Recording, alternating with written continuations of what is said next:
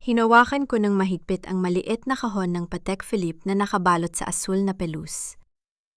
Sa loob nito ay ang relong matagal ko nang pinag-ipunan para sa ika-10 kaarawan ni Nico.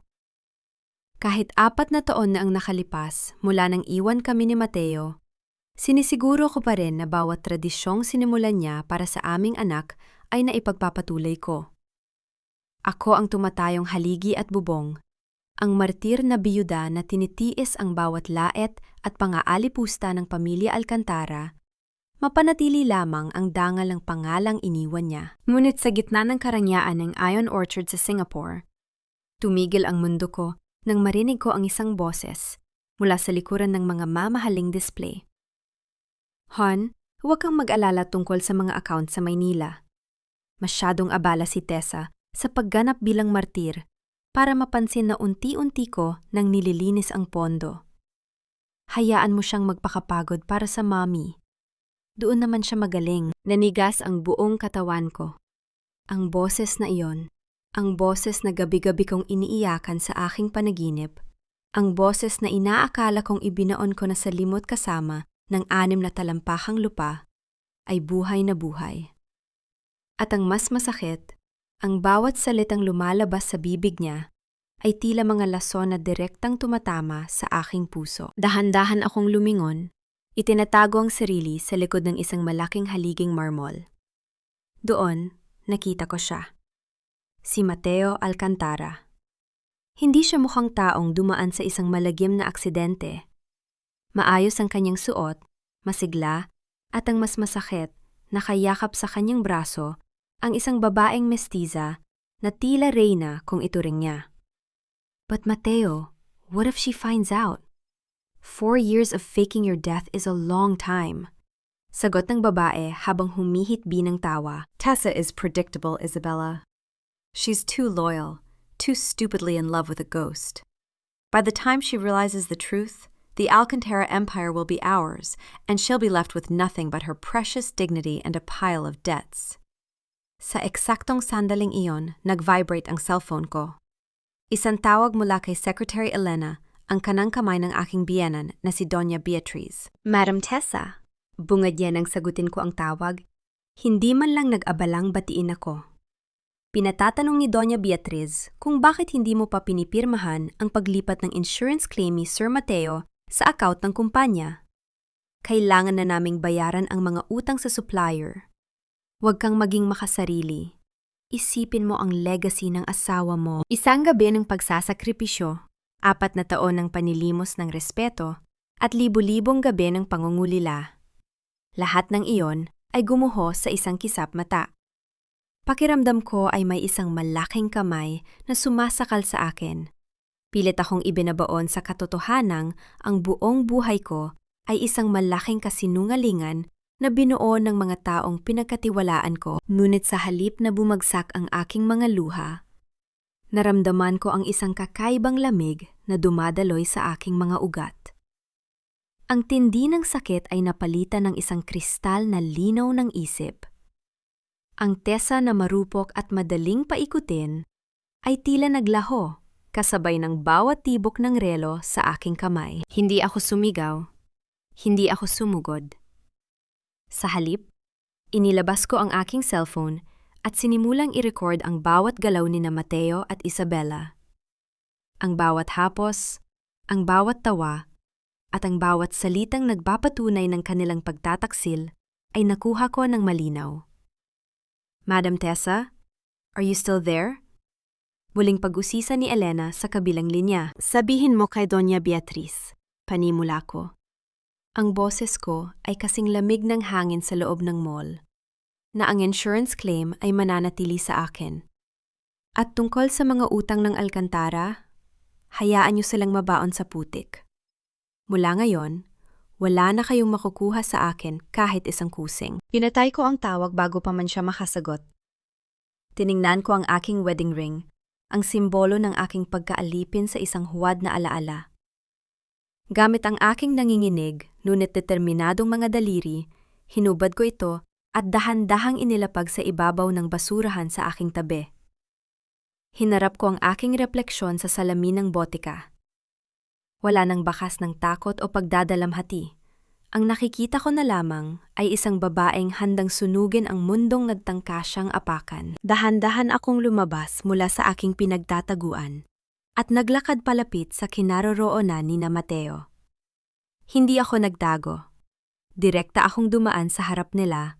Ang aking mga mata ay nakapako sa unahan. Ang aking likod ay tuwid na tuwid. Naramdaman ko ang pagtigil ng kanilang tawanan.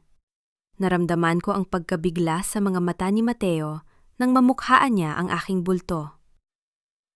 Tessa? Narinig kong bulong niya. Punong-puno ng gulat at takot. Hindi ako lumingon. Hindi ko siya binigyan ng pagkakataong makita ang anumang emosyon sa aking mukha. Nagpatuloy ako sa paglakad palabas ng mall, bawat hakbang ay tila isang deklarasyon ng digmaan. Mateo, Beatriz, Lucia, akala nyo ay tapos na ang laro dahil nakuha nyo na ang lahat sa akin. Ngunit hindi nyo alam, ang pinakamapanganib na kalaban ay ang taong wala ng takot na mawalan. Kinuha ko ang aking phone at nagdial ng isang numero na matagal ko nang hindi tinatawagan. Attorney Katie, this is Tessa Villanueva Alcantara. I need you to freeze all my personal assets and prepare a fraud case against the Alcantara Group. And one more thing, find me the best private investigator in Singapore. I want to know every breath my dead husband takes. Ang gabi ay mahaba, ngunit sa unang pagkakataon sa loob ng 4 na taon, alam ko na ang bawat hakbang na aking tatahakin. Ang martir ay patay na.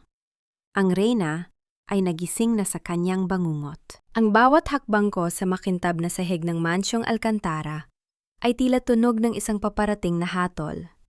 Ang amoy ng mamahaling insenso at lumang kahoy na dati ay nagbibigay sa akin ng kapanatagan. Ngayon ay tila amoy ng isang mabulok na sikreto.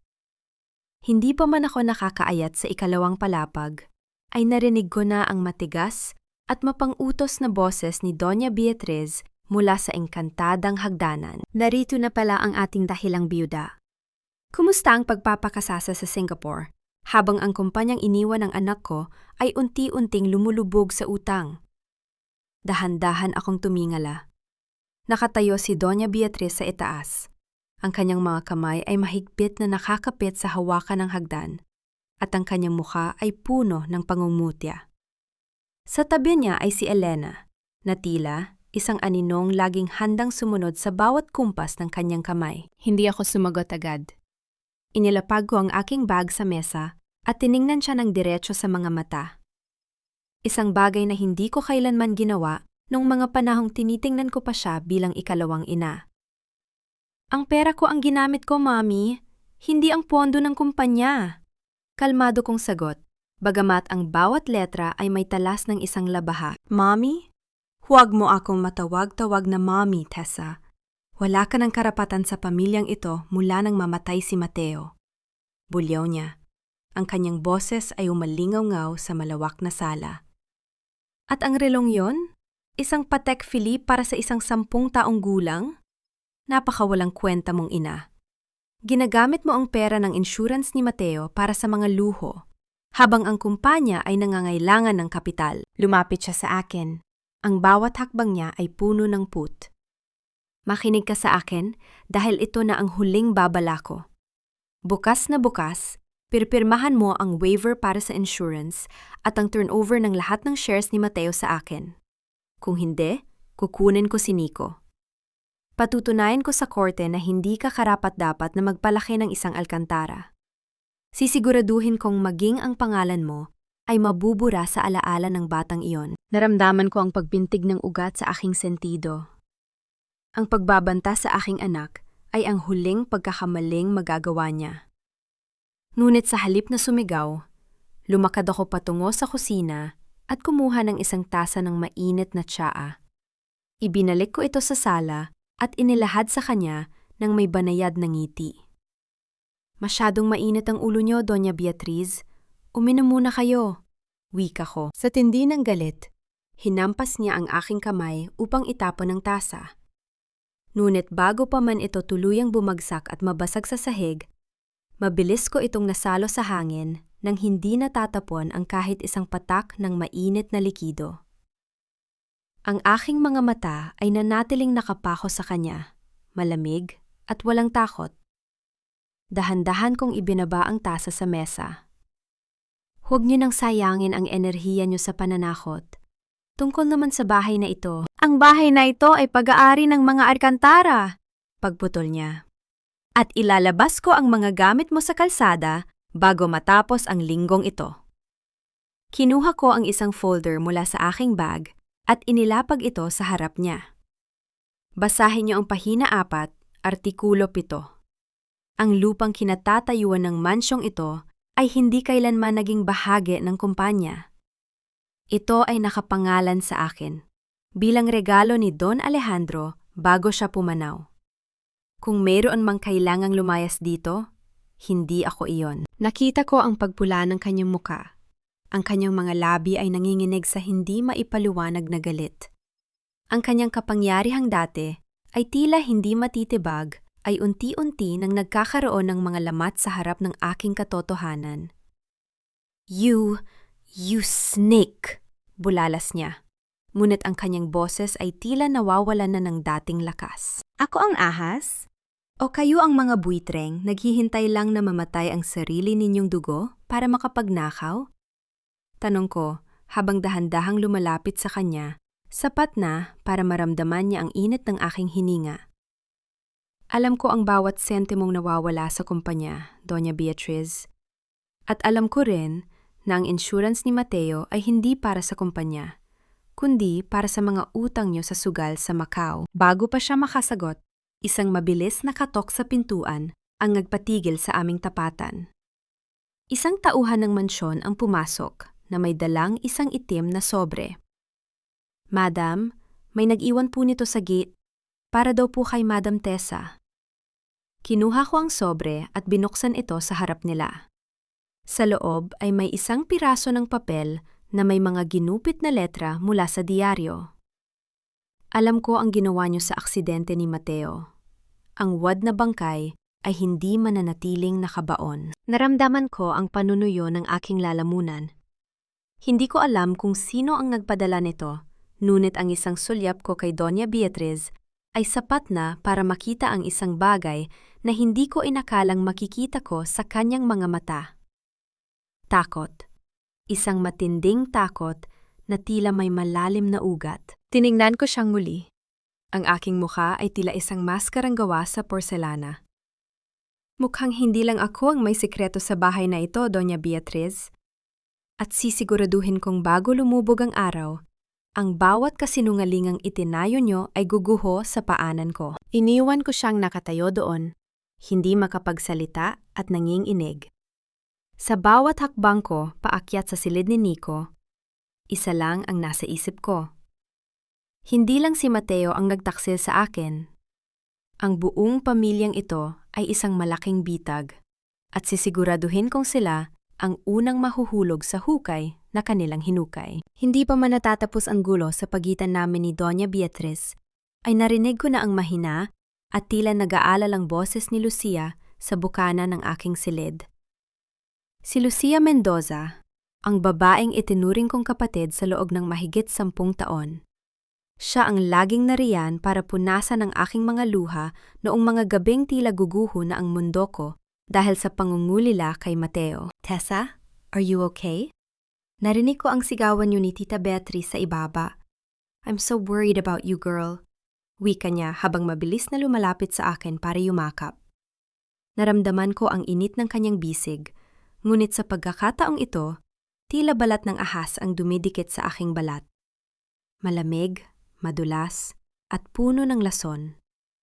Nanatili akong tahimik at dahan-dahang kumalas sa kanyang yakap. I'm fine, Lucia. Sanay naman na ako sa ugali ni Mami. Sagot ko habang abala sa pag-aayos ng aking mga sketch sa ibabaw ng mesa. You shouldn't let her treat you like that. Alam mo, kung ako sa'yo, ibigay mo na ang gusto niya para tumahimik na ang buhay mo. You have Nico to think about. Pagpapatuloy niya, ang kanyang mga mata ay pasimpleng gumagala sa aking mga bagong disenyo ng alahas. Anyway, ano itong mga sketches mo? Ito ba ang gagamitin mo para sa relaunch ng kumpanya? Can I see? Tumalikod ako para kumuha ng tubig sa dispenser, sadyang iniwan ang mga papel na nakabuklat. Yan ang huling pag-asa ko, Lucia. Kapag nagustuhan niya ng mga investor sa darating na gala, wala nang magagawa si Beatriz, kundi hayaan ako sa kumpanya. Mula sa refleksyon ng pitsel na kristal, nakita ko ang mabilis na pagbabago sa mukha ni Lucia. Ang kanyang nag-aalalang anyo ay napalitan ng isang mapanuring titig. Mabilis niyang inilabas ang kanyang cellphone at pasimpleng kinunan ng larawan ang bawat pahina ng aking mga disenyo. Ang kanyang mga daliri ay mabilis na gumagalaw. Tila isang magnanakaw na sanay sa kanyang ginagawa. Hindi ako lumingon. Hinayaan ko siyang tapusin ang kanyang ginagawa habang dahan-dahan kong nilalagok ang tubig. Eksaktong pagharap ko ay nakatago na ang kanyang telepono at muli siyang nagsuot ng maskara ng isang tapat na kaibigan. Napakaganda ng mga ito, Tessa. Siguradong magugustuhan ito ng lahat. You're really a genius. Salamat, Lucia. Malaki ang tiwala ko sa iyo. Alam mo naman na ikaw lang ang tanging taong mapagkakatiwalaan ko sa bahay na ito. Wika ko, ang boses ko ay puno ng mapait na sarkasmo na hindi niya nahalata. Of course, girl. I'll always have your back. Sagot niya bago nagpaalam na kailangang umalis para sa isang meeting. Nang masiguro kong nakaalis na ang kanyang sasakyan, kinuha ko ang aking tablet at binuksan ang security feed na nakakonekta sa aking silid. Nakita ko ang bawat anggulo ng kanyang pagtataksil. At hindi lang yon. Nakita ko rin ang isang notification sa aking screen. Isang wiretap recording na inilagay ko sa kanyang bag noong magkayakap kami kanina. Pinindot ko ang play. Ang boses ni Lucia ay umalingaw-umaw sa silid. Kausap si Doña Beatriz. Tita, nakuha ko na ang mga disenyo. I'll send it to your manufacturer tonight. Sisiguraduhin nating mailalabas ito ng Alcantara Group sa ilalim ng pangalan ko bago pa man makapag-submit si Tessa. She's so naive, tita. Akala niya talaga ay kakampi niya ako.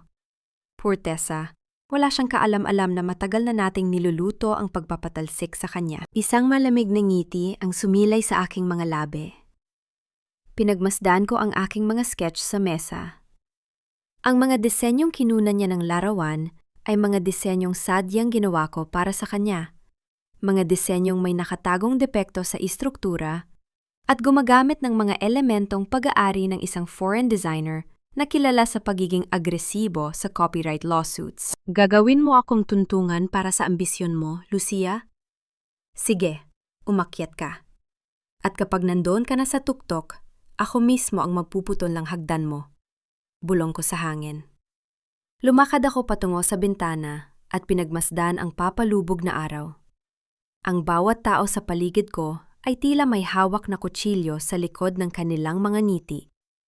Ngunit hindi nila alam, matagal na akong nakasuot ng balute. Eksaktong 11:00 ng gabi, muling tumunog ang aking cellphone.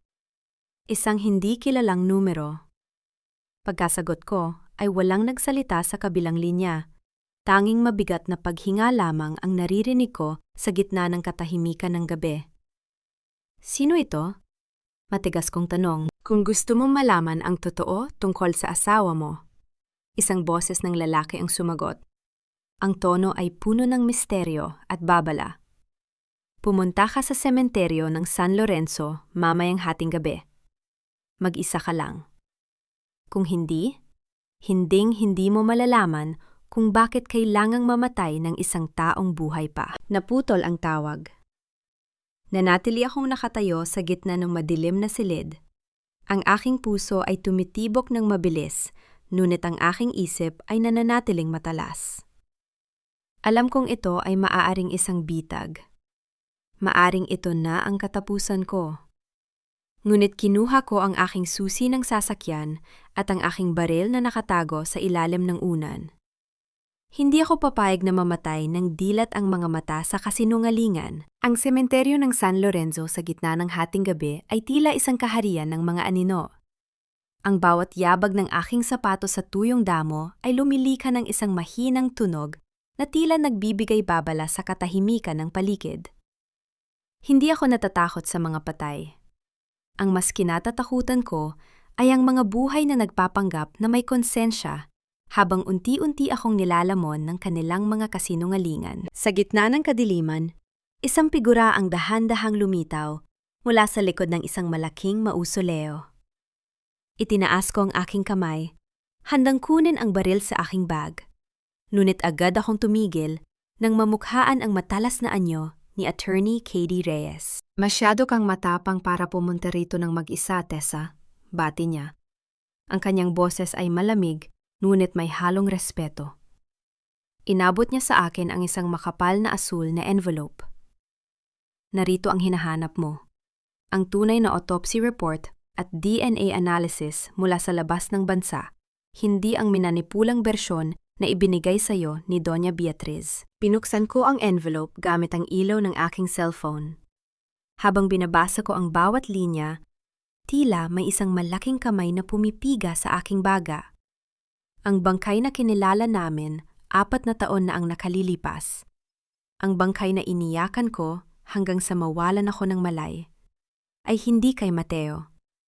Ayon sa report, ang DNA profile ay tumutugma sa isang hindi kilalang lalaki na may parehong taas at pangangatawan, ngunit may mga dental records na sadyang binago para magtugma sa aking asawa. Niloko nila ako.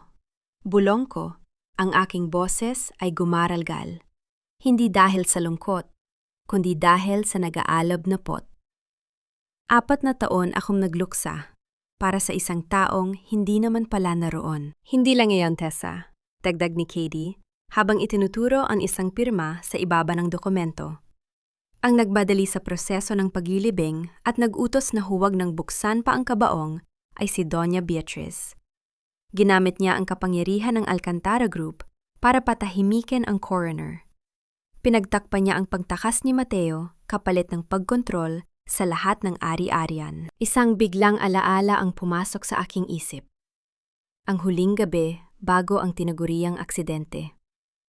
Nakita ko si Mateo na balisa, pabalik-balik sa aming silid habang may kausap sa telponyo. Nang tanungin ko siya, tanging, "Para sa inyo ito ni Nico, Tessa. Magtiwala ka sa akin," ang sinabi niya. Nayon ko lang na-realize na ang pagtitiwalang ibinigay ko ay ang mismong armas na ginamit niya para saksakin ako sa likod. Para sa amin? O para sa sarili mo, Mateo? Bulong ko sa hangin habang pilit na pinapakalma ang aking sarili. Tessa, tignan mo yon. Mahinang wika ni Katie sabay turo sa dulo ng hilera ng mga puntod. Doon, sa tapat mismo ng marmol na puntod na may nakaukit na pangalang Mateo Alcantara, ay may isang lalaking nakatayo. Nakatalikod siya sa amin, suot ang isang itim na trench coat. Ang kanyang tindig, ang paraan ng pagtikom ng kanyang mga kamao, ay pamilyar na pamilyar sa akin. Kahit madilim, kilala ng puso ko ang bulto ng lalaking iyon. Ang lalaking nanira sa aking buhay. Nanigas ang buong katawan ko. Ang bawat hibla ng aking pagkatao ay nagnanais na sumugod at saktan siya, ngunit pinigilan ko ang aking sarili. Ang emosyon ay para sa mga mahihina. Ang kailangan ko ngayon ay ang katotohanan.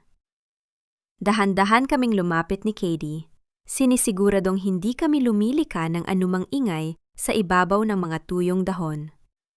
Nang maramdaman ng lalaki ang aming presensya, dahan-dahan siyang lumingon. Hindi ko napigilan ang aking sarili na mapahawak sa malamig na marmol ng isang kalapit na krus, para lamang suportahan ang aking nanginginig na mga tuhod. Ngunit sa sandaling tumama ang liwanag ng buwan sa kanyang mukha, tila isang malamig na tubig ang ibinuhos sa akin. Hindi si Mateo ang lalaking nakatayo sa tapat ng puntod. Nang tumama ang liwanag ng buwan sa kanyang mukha, tumambad ang isang lalaking may edad na, hapo ang anyo, at puno ng takot ang mga mata. Siya si Mang Carding, ang dating personal na driver ni Mateo na biglang naglaho matapos ang aksidente 4 na taon na ang nakalilipas. Madam Tessa, Pabulong niyang wika. Ang boses ay nanginginig sa gitna ng malamig na hangin ng sementeryo. Patawad po. Patawarin niyo po ako sa pananahimik ko ng matagal na panahon. Lumapit ako sa kanya. Hindi para yakapin siya, kundi para hilingin ang katotohanang matagal niyang ipinagkait. Nasaan siya, Carding? Nasaan ang asawa ko? Inabot ni Carding ang isang maliit na flash drive sa akin. Ang kanyang mga daliri ay tila nagyelo sa takot. Hindi po aksidente ang nangyari, madam. Plano po ang lahat. Si Sir Mateo, buhay siya. Pinilit po siya ni Doña Beatriz na magtago dahil sa malaking gulo sa kumpanya. Pero hindi lang po yon. May mga dokumento rito na magpapatunay na ang Alcantara Group ay ginagamit sa paglalaban ng pera mula sa ibang bansa. Kinuha ko ang flash drive ng walang pag-aalinlangan. Bakit mo ito ibinibigay sa akin ngayon? Dahil hindi ko na po kaya ang konsensya ko, madam. Nakita ko po kung paano kayo tinrato ng matanda. At alam ko rin po na si Sir Mateo, may iba na siyang pagkakakilanlan. Ginagamit niya ang pangalang Marcos Vega. Ang pangalang iyon ay tila isang malakas na sampal. Si Marcos Vega ay ang sikat na investor mula sa Singapore na balitang makikipag-alyansa sa Alcantara Group sa gaganaping Grand Gala bukas ng gabi. Ang sakit ay tila isang apoy na biglang naging yelo sa aking dibdib. Pinatay niya ang sarili niyang pagkatao para lamang takasan ang responsibilidad. Habang ako ay iniwan niyang buhay, ngunit parang patay sa harap ng kanyang pamilya. Kinabukasan, ang grand ballroom ng isang marangyang hotel ay puno ng kislap ng mga diamante at tunog ng mga mamahaling baso ng champagne. Nakasuot ako ng isang itim na gown na tila balat ng isang reyna ng kadiliman. Sa tabi ko ay si Katie, na tila isang aninong laging handang sumunod sa aking bawat kumpas. Sigurado ka ba rito, Tessa? Mahinang tanong ni Katie habang tinitingnan ang paligid. Nayon lang ako naging sigurado sa buong buhay ko, Katie. Sagot ko habang ang aking mga mata ay nakapako sa bukana ng ballroom. Eksaktong 9:09 nang pumasok si Doña Beatriz kasama ang isang lalaki. Ang lahat ng mata ay lumingon sa kanila. Ang lalaki ay matikas, nakasuot ng pasadyang tuxedo at may aura ng isang taong nagmamay-ari ng mundo. Si Marcos Vega. O sa madaling salita, ang aking asawa. Lumapit sila sa gitna at sa gitna ng maraming tao, nagtagpo ang aming mga mata. Nakita ko ang panandaliang paghinto ng kanyang paghinga. Ang kanyang mga mata ay nanlaki sa gulat.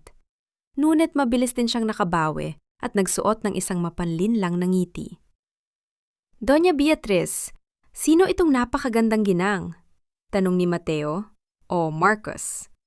Ang boses niya ay malalim at tila walang bakas ng pagkakaalam. Siya si Tessa, ang biyuda ng aking anak. Sagot ni Beatriz. Ang boses ay puno ng pait. Tessa, meet Mr. Marcos Vega, our new business partner from Singapore. Inilahad ni Marcos ang kanyang kamay. Ang bawat hibla ng aking katawan ay nagnanais na saksakin ang kamay na iyon. Ngunit pinanatili ko ang aking poise. Tinanggap ko ang kanyang kamay at sa pagdampi ng aming mga balat, tila may kuryenteng gumapang sa aking likuran. It's a pleasure to meet the legendary Mrs. Alcantara, wika niya. Ang boses ay tila isang gaslighting masterclass. I've heard so much about your loyalty to your late husband. Truly tragic.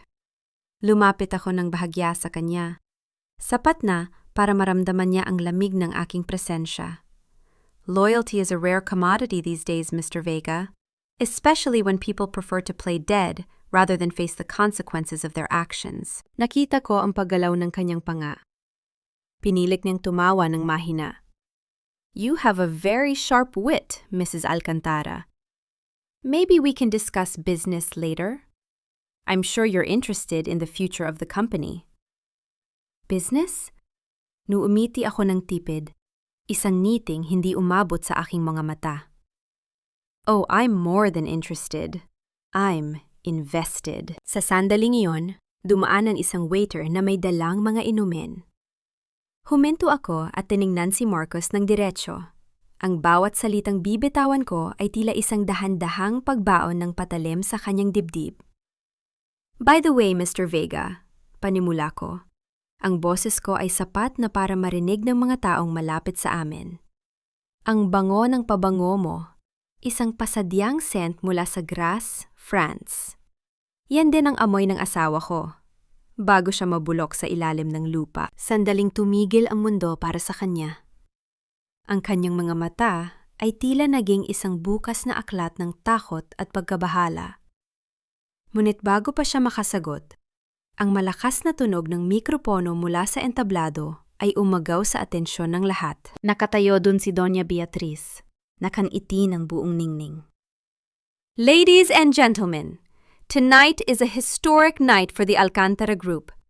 I am proud to announce the official merger of our empire with Vega Investments. This partnership will ensure that the Alcantara legacy remains untouched and more powerful than ever. Nagpalakpakan ng lahat. Ngunit ako ay nanatiling nakatayo sa gitna ng ballroom. Ang aking mga mata ay nakapako kay Marcus. Ang kanyang mga mata ay tila nagsasabing panalo na sila. Ngunit hindi nila alam, ang flash drive sa loob ng aking bag ay naglalaman ng lahat ng kailangan ko para sunugin ang entabladong kinatatayuan nila. Tumingin ako kay Katie at tumango ng bahagya. Ang laro ay nagsisimula pa lamang at sisiguraduhin kong ang huling palakpak ay para sa akin. Ang lamig ng hangin sa rooftop ng gusali ni Katie ay tila humahaplo sa aking balat. Ngunit ang apoy ng put sa aking dibdib ay hindi pa rin namamatay. Nakatingin ako sa malayo, sa mga ilaw ng lungsod na tila mga mumunting diamanteng nagkalat sa dilim. Sa tabi ko, seryoso ang mukha ni Attorney Katie, habang tinitingnan ang mga dokumentong nakalapag sa aming harapan. Bakit mo ginagawa ito, Katie? Tanong ko habang hindi inaalis ang tingin sa abot-tanaw.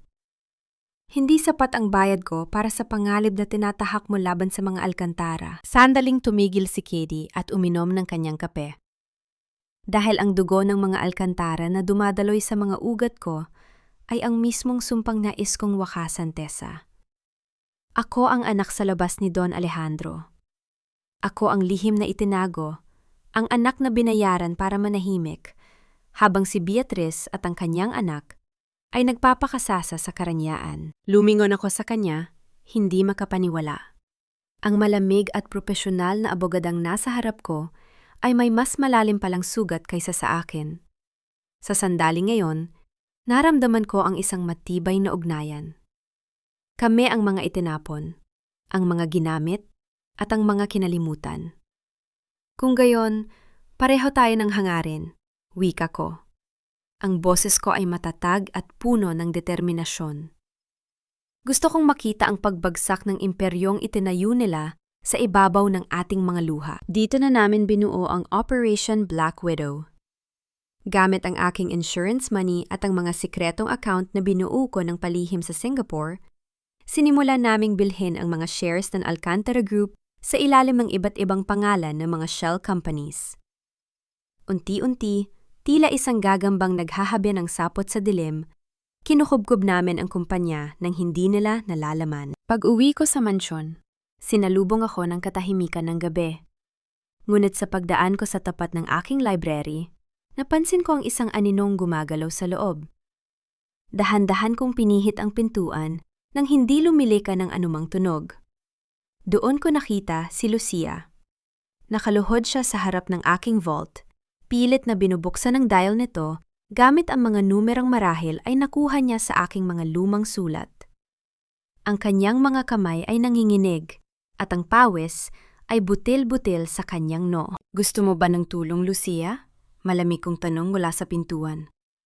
Napatalang siya sa gulat at halos mabuwal sa sahig. Namumutla ang kanyang mukha, ang kanyang mga mata ay pabalik-balik sa akin at sa vault. Tessa, I was just looking for a pen. Akala ko kasi... Hindi ako sumigaw. Hindi ko siya sinampal. Sa halip, lumakad ako palapit sa kanya nang may marahang mga hakbang. Kinuha ko ang aking susi mula sa bulsa at iniabot ito sa kanya nang walang anumang emosyon sa aking mukha. Heto ang susi, Lucia. Huwag mo nang pahirapan ang sarili mo sa paghula ng password. Wika ko, ang boses ko ay tila bulong ng kamatayan. Buksan mo. Kunin mo ang lahat ng sa tingin mo ay makakatulong sa inyo ni Beatriz. Isumbong mo sa kanya ang bawat makikita mo rito. Tessa, hindi. Nagkakamali ka. Pilit niyang pagtangi habang nanginginig ang boses. Huwag ka nang magpanggap. Alam kong ikaw ang nagpapadala ng impormasyon kay Beatriz tungkol sa bawat kilos ko. Sabi ko habang tinititigan siya ng diretsyo sa mga mata. Pero tandaan mo ito, Lucia. Ang bawat impormasyong ibinibigay ko sa iyo ay isang pain. At sa bawat pagkagat nyo, mas lalo lang lumalalim ang pagkabaon nyo sa sarili ninyong hukay. Iniwan ko siyang nakatayo doon. Hawak ang susi na tila isang mainit na uling na humuhustisya sa kanyang palad. Pumasok ako sa aking silid at sinarado ang pinto. Naupo ako sa kama at kinuha ang aking cellphone. May isang bagong mensahe mula sa isang hindi kilalang numero. Tessa, itigil mo na ito. Mapapahamak ka lang. Hindi mo kilala ang mga kalaro mo. Isang mapait na ngiti ang sumilay sa aking mga labi. Kilala ko ang boses na ito sa bawat titik ng mensahe. Si Mateo? O si Marcos? O kung sino man ang demonyong nagtatago sa likod ng kanyang mga mata. Hindi niyo ako kilala, Mateo. Bulong ko habang dinilet ang mensahe. Dahil ang Tessa na minahal niyo, matagal nang pinatay ng katotohanan. Naramdaman ko ang pagbilis ng tibok ng aking puso. Hindi dahil sa takot, kundi dahil sa pananabik sa susunod na kabanata ng aking paghihigante. Ang bango ng mga mamahaling orchid at ang kislap ng mga kristal na chandelier sa Grand Hall ay tila isang pagpupugay sa darating na tagumpay ni Lucia. Gabi ito ng Alcantara Heritage Collection, ang fashion show na dapat ay magbabalik sa kumpanya sa rurok ng industriya. Nakatayo si Lucia sa gitna ng backstage, suot ang isang smug na ngiti habang pinagmamasdan ang mga modelo na suot ang mga alahas na ninakaw niya mula sa aking vault. Ladies, remember, maririnig ang boses ni Lucia na punong-puno ng kayabangan. These designs are the future of Alcantara. At ako ang kumuha ng inspirasyong ito mula sa pinakamalalim na tradisyon ng ating pamilya. Nakatayo ako sa isang madilim na sulok, malayo sa mga kamera. Hawak ang isang baso ng champagne. Pinapanood ko siya. Pinapanood ko ang isang ahas na akalang nakatagpo siya ng ginto. Hindi alam na ang hawak niya ay isang buhay na bomba. Nagsimula ang musika. Ang bawat hakbang ng mga modelo sa catwalk ay sinasabayan ng bulungan ng mga kritiko at mga potensyal na mamimili. Ngunit sa kalagitnaan ng show, ang hanga ay napalitan ng pagtataka. Ang isang kwintas na suot ng lead model ay biglang bumukas ang lock, dahilan upang mahulog ang mga bato nito sa sahig at lumikha ng isang nakakabining katahimikan sa gitna ng musika.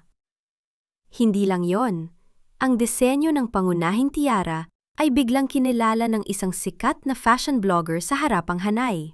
Wait, this is a direct copy of Elena Vanzetti's 2019 private collection. Malakas na sigaw ng isang kritiko. This is plagiarism, and look at the soldering, it's cheap and unstable. Ang bulungan ay naging ingay ng pagkadismaya. Ang mga flash ng kamera na dati ay para sa paghanga, ngayon ay para na sa iskandalo.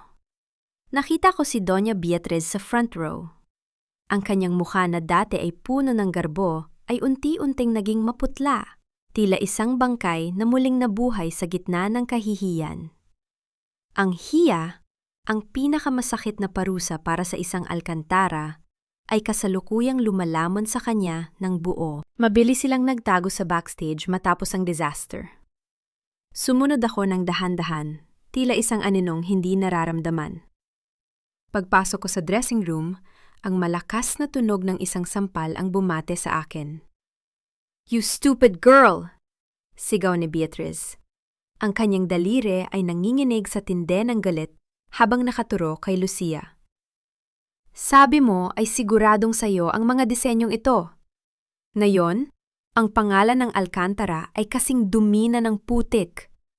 We are being sued for millions, Lucia. Tita, hindi ko po alam. Kinuha ko lang ito sa vault ni Tessa. Depensa ni Lucia habang umiiyak. Ang kanyang maskara ay humahalo na sa kanyang mga luha. Mukha siyang isang basang sisiw na nawala ng direksyon. Tessa betrayed me. She planted those fake designs. Ako pa ang traidor, Lucia? Mahinahon kong wika habang dahan-dahang pumapasok sa silid. Sabay silang lumingon sa akin. Ang puot sa kanilang mga mata ay sapat na para pumatay. Ngunit binalik ko lang ito ng isang malamig na titig. Ibinigay ko sa iyong susi, hindi ba? Pagpatuloy ko. Ang boses ko ay matatag at walang bahid ng awa. Kung hindi ka naging matakaw at magnanakaw, hindi ka sana nahulog sa bitag na ginawa mo para sa sarili mo. You chose to steal my trash, Lucia. And now, you have to live with the stench. Tessa, ayusin mo ito. Utos ni Beatriz, pilit na ibinabalik ang kanyang otoridad. Gamitin mo ang insurance money para bayaran ang mga lawsuits at bawiin ang stocks ng kumpanya. Utang na loob mo ito sa amin. Natawa ko ng mahina, isang tawang walang katuwaan. Utang na loob? Matapos niya akong gawing alipin sa loob ng 4 na taon? Matapos niyong itago ang katotohanang buhay ang asawa ko para lang makontrol ang pera ko? Lumakad ako palapit kay Beatriz. Sapat na para makita niya ang sarili niyang takot sa refleksyon ng aking mga mata. Makinig kayo ng mabuti. Hindi ko gagamitin ang pera ko para iligtas kayo. Gagamitin ko ang pera ko para bilhin ang bawat natitirang shares niyo sa kumpanyang ito sa pinakamababang halaga. Either you sell it to me now, or you face bankruptcy and prison alone. Ang katahimikan sa loob ng silid ay tila isang mabigat na kumot. Si Lucia ay nakasalampak sa sahig, habang si Beatriz ay napakapit sa mesa para hindi mabuwal. Sa sandaling iyon, ang mga reyna ng Alcantara ay wala ng iba, kundi mga bilanggo ng sarili nilang kasakiman. Eksaktong paglabas ko ng silid, nag-vibrate ang cellphone ko.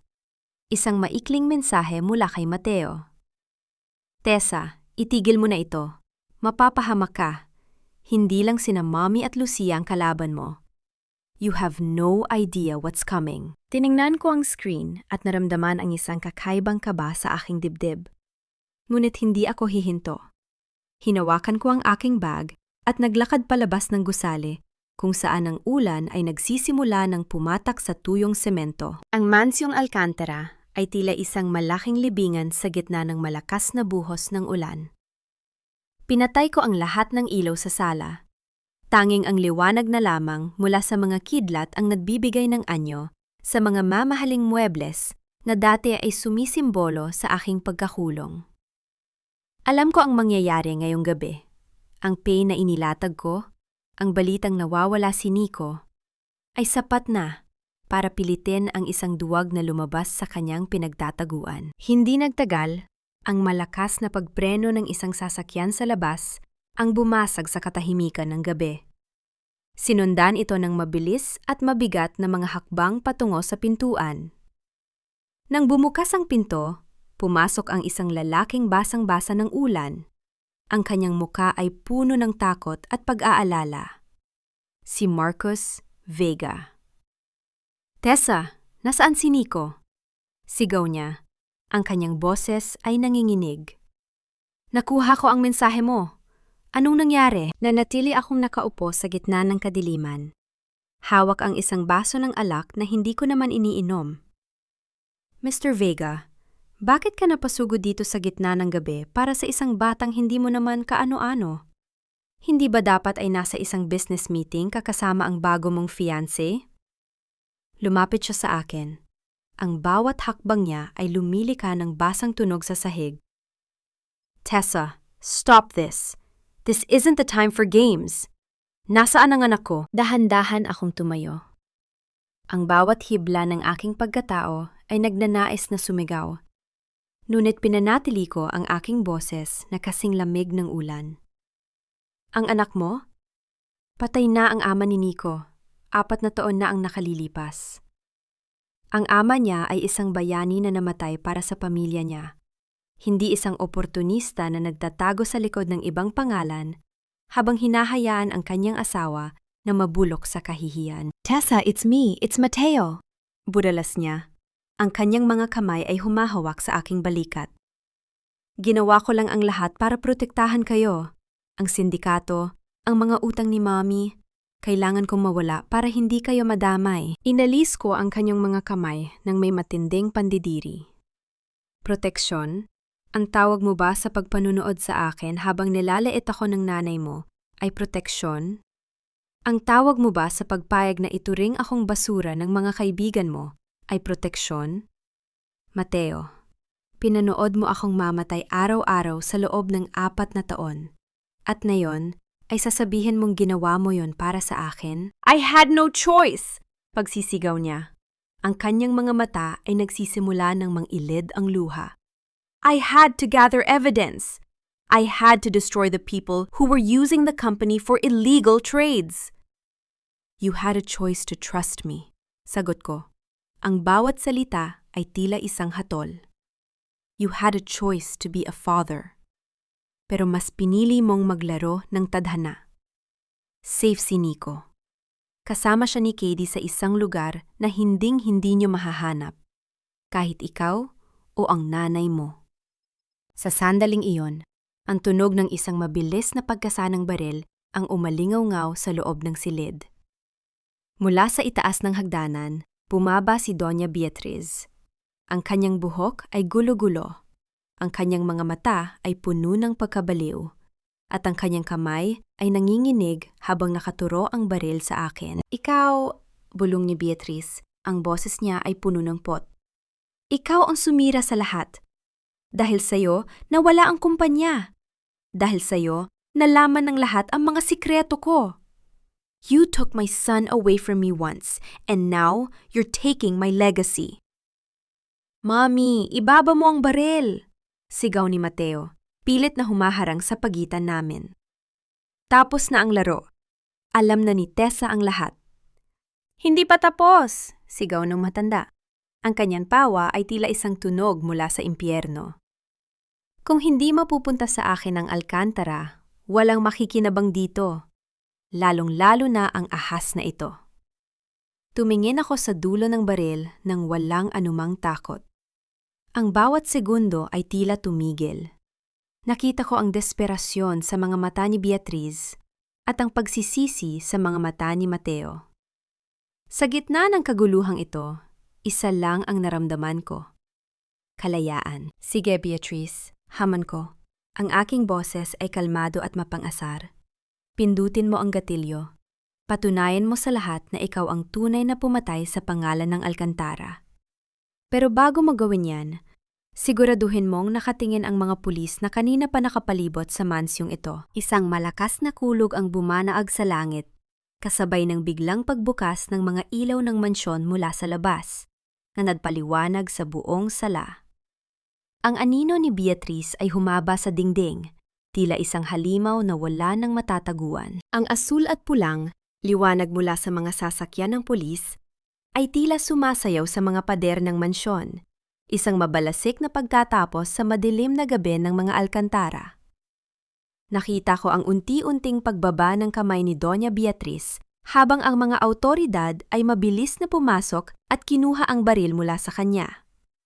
Ang kanyang mga mata, na dati ay puno ng apoy ng kasakiman, ngayon ay tila 2 hungkag na butas na lamang ng isang taong nawalan ng katinuan. "Hindi niyo ako pwedeng galawin.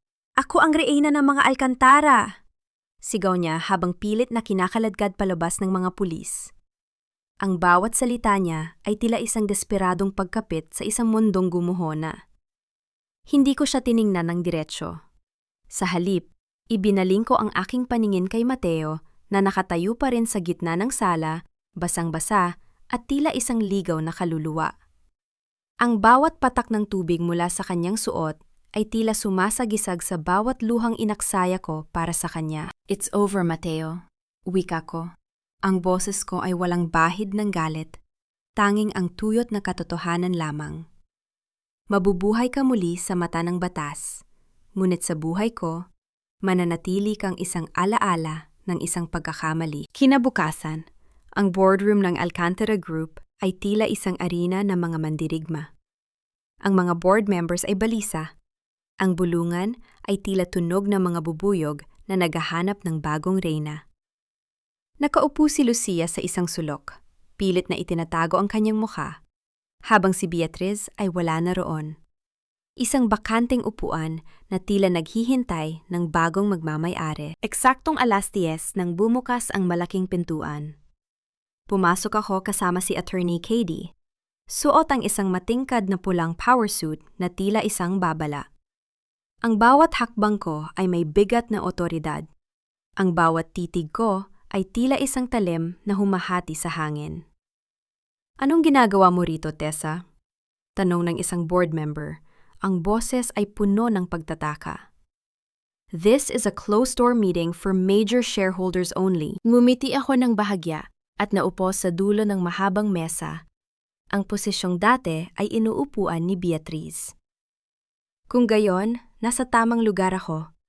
I am the chairperson of Villanueva Cortez Investments, and as of 8 o'clock this umaga, we officially own 51% of the Alcantara Group's voting shares. Isang matinding katahimikan ang bumalot sa silid. Ang tunog ng pagbagsak ng mga ballpen sa mesa ay tila mga kanyon sa gitna ng katahimikan. Nakita ko ang pang-inginig ng mga kamay ni Lucia habang binubuksan ni Katie ang isang itim na folder. Ladies and gentlemen, panimila ni Katie. Ang boses ay matalim at malinaw. Narito ang mga dokumentong nagpapatunay ng sistematikong paglilinis ng pondo na ginawa ni Doña Beatriz Alcantara sa tulong ni Miss Lucia Mendoza. Narito rin ang mga recording ng kanilang pag-uusap tungkol sa pagmamanipula ng mga disenyo at ang paggamit sa kumpanya bilang kuta ng mga illegal na transaksyon sa Singapore. That's a lie, sigaw ni Lucia. Ang boses ay matinis at puno ng desperasyon. Tessa, winawala mo ang legacy ni Mateo. Is this what you want? To destroy everything he built? Tumingin ako sa kanya. Ang aking mga mata ay malamig at walang emosyon.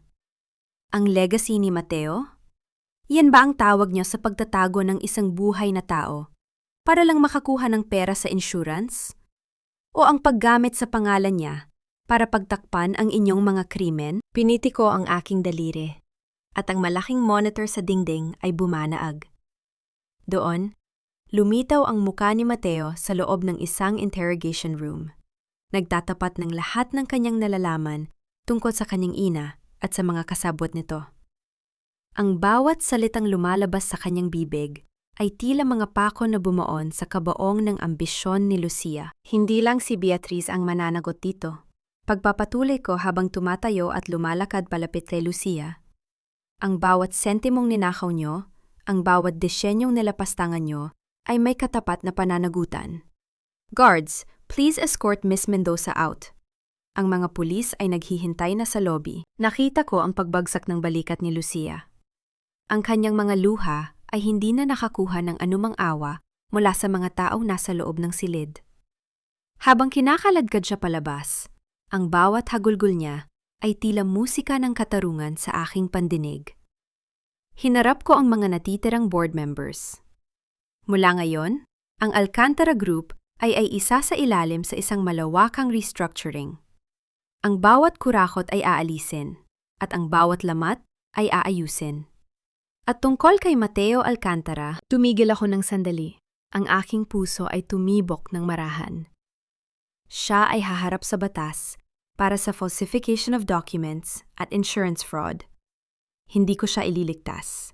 Dahil ang hustisya ay walang kinikilalang asawa o pag-ibig. Pagkatapos ng meeting, lumabas ako ng gusali at sinalubong ng mainit na sikat ng araw. Ang bawat hininga ko ay tila mas magaan.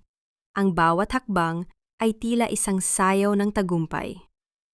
Ngunit sa pagpasok ko sa aking sasakyan, may nakita akong isang maliit na puting sobre sa ibabaw ng upuan. Binuksan ko ito at binasa ang isang linyang nakasulat sa loob. Ang tunay na laro ay nagsisimula pa lamang, Chairperson. Maligayang pagdating sa itaas. Walang pirma, walang pangalan. Ngunit ang bawat titik ay tila pamilyar. Isang boses mula sa nakaraang akala ko ay tapos na. Ang amoy ng luma at malamig na semento sa loob ng piitan ay tila isang malupit na paalala sa kawalan ng laya. Nakatayo ako sa harap ng makapal na salamin, pinagmamasdan ang babaeng nasa kabilang panig. Si Doña Beatriz Alcantara, ang dating reyna ng alta sosyedad, ay nakasuot na ngayon ng kulay kahel na uniforme.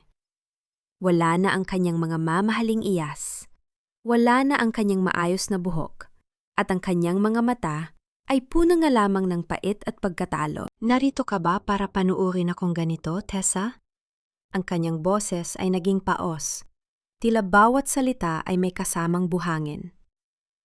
Para pagtawanan ang pagbagsak ko, narito ako para ibalik ang huling bagay na pag-aari mo. Dahan-dahan kong inilapag ang isang maliit na sobre sa counter. Ang desisyon ng korte tungkol sa mansyon.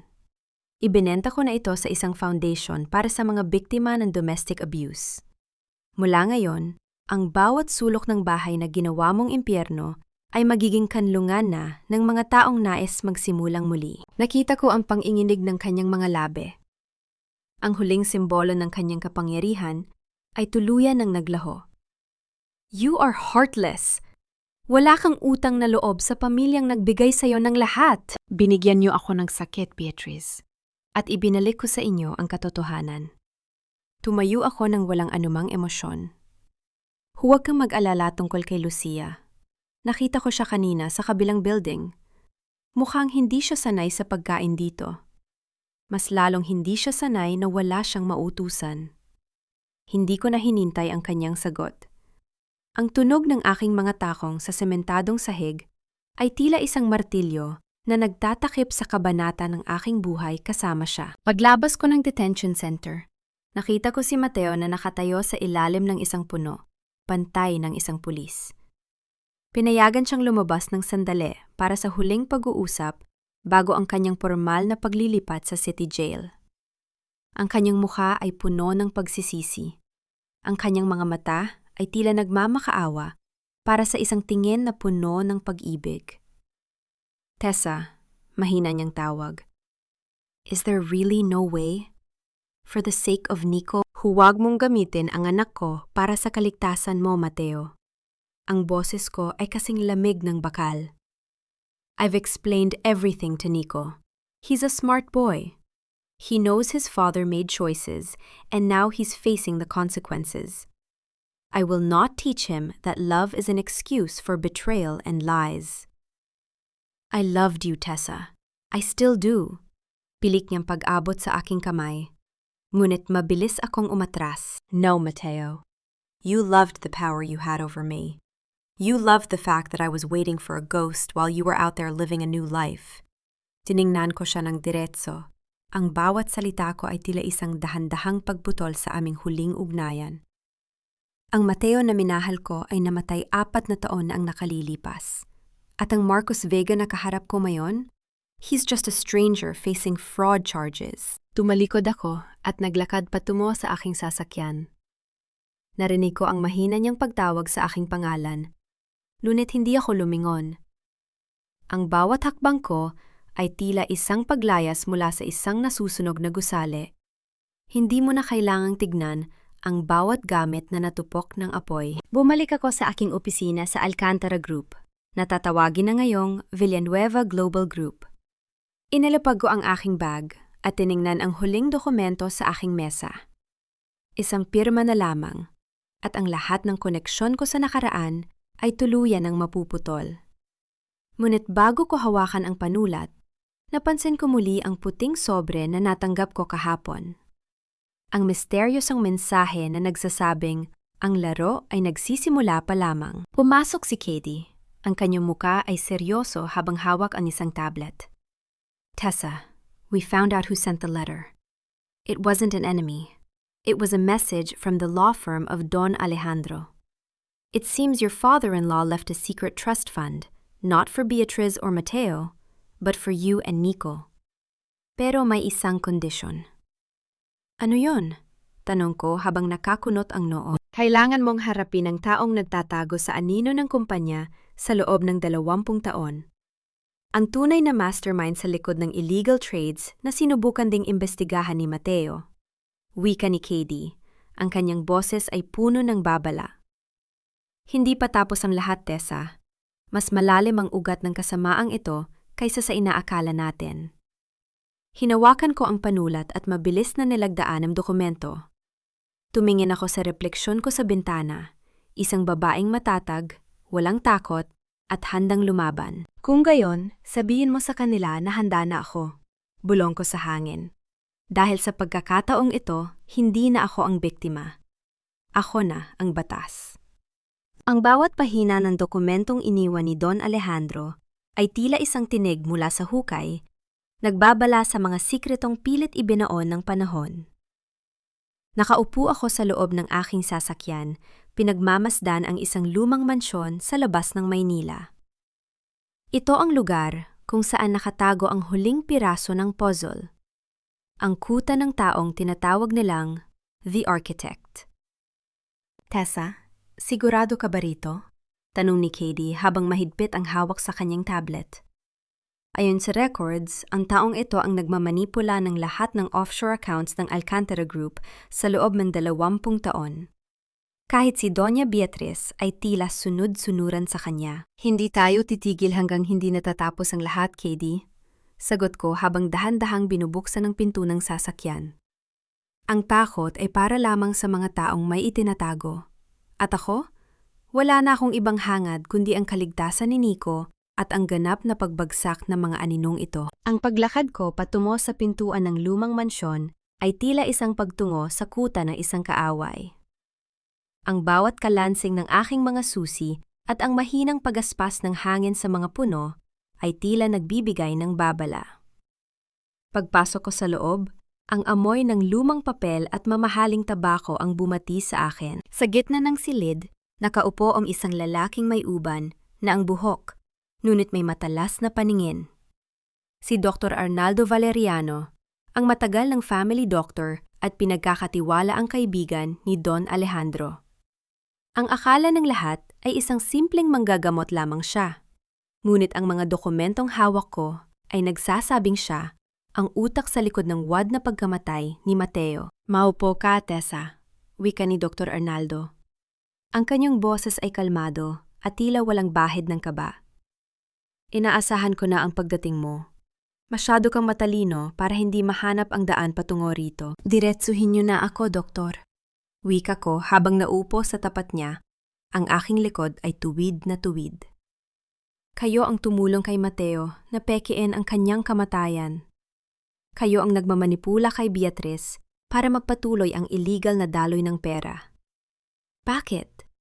Ano ang makuha niyo sa pagwasak ng pamilyang ito? Natawa siya ng mahina, isang tunog na tila pagkiskis ng 2 tuyong kahoy. Pagwasak?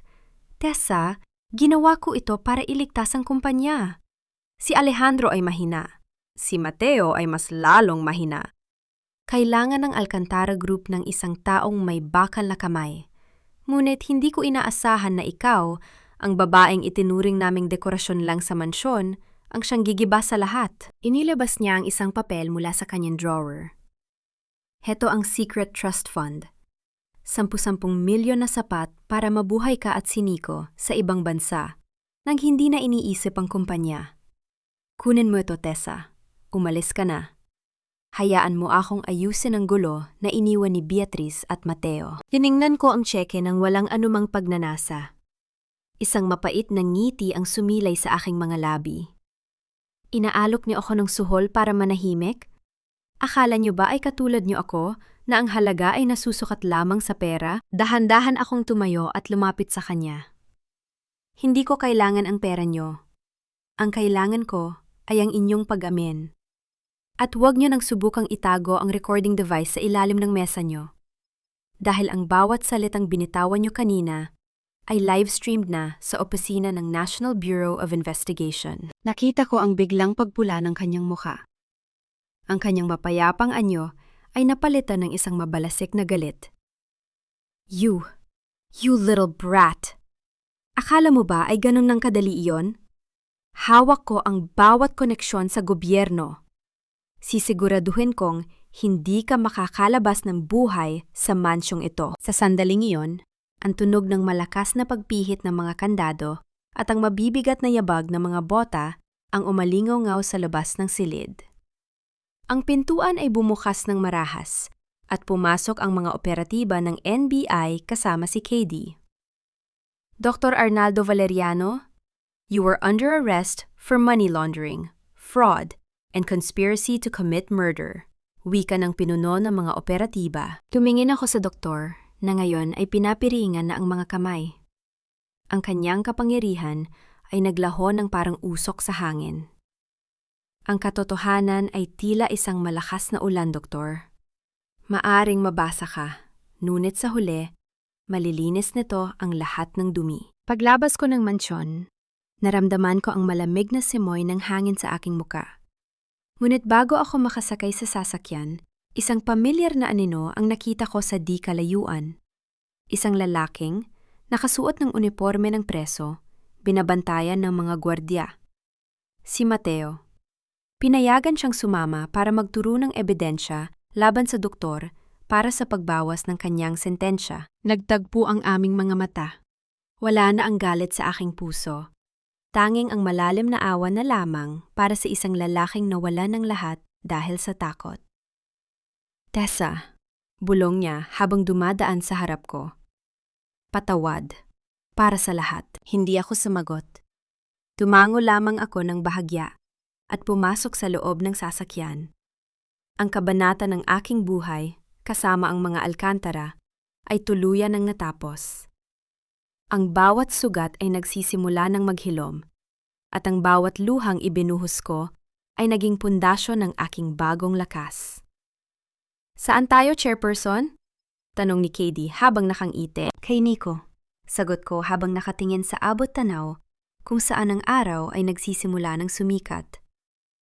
Doon tayo sa lugar kung saan ang pag-ibig ay hindi kailangang maging isang kasinungalingan. Isang taon ang mabilis na lumipas mula nang gumuho ang imperyo ng mga Alcantara at isilang ang Villanueva Global Group mula sa mga abo nito. Nakatayo ako sa balkonahe ng aking bagong opisina, pinagmamasdan ang paglubog ng araw na nagbibigay ng kulay ginto sa bawat gusali ng Makati. Wala na sa aking daliri ang singsing na dati ay sumasakal sa aking pagkatao.